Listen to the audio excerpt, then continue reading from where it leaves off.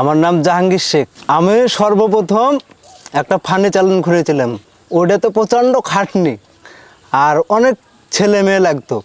আমি মনে মনে ভাবলাম যে কি এই ট্রাক্টরের চ্যানেল খুলবো, ট্রাক্টরের ভিডিও আপলোড করবো।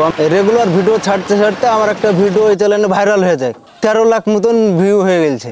আমার এই চ্যানেলে এখন আপাতত ভালোই ভিউ হচ্ছে। আমার চ্যানেলের এখন আর্নিংও ভালো, ইনকাম ভালোই হয়, এখন ভালো ইনকাম হয়।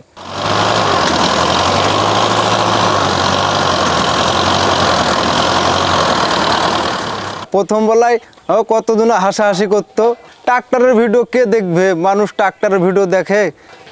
আমি ও সব কথায় কান দিইনি। আমি রেগুলার ভিডিও আপলোড করতেই ছিলাম, আমি ওই ভিডিও বন্ধ করিনি। এখন আর কেউ কিছু বলে না।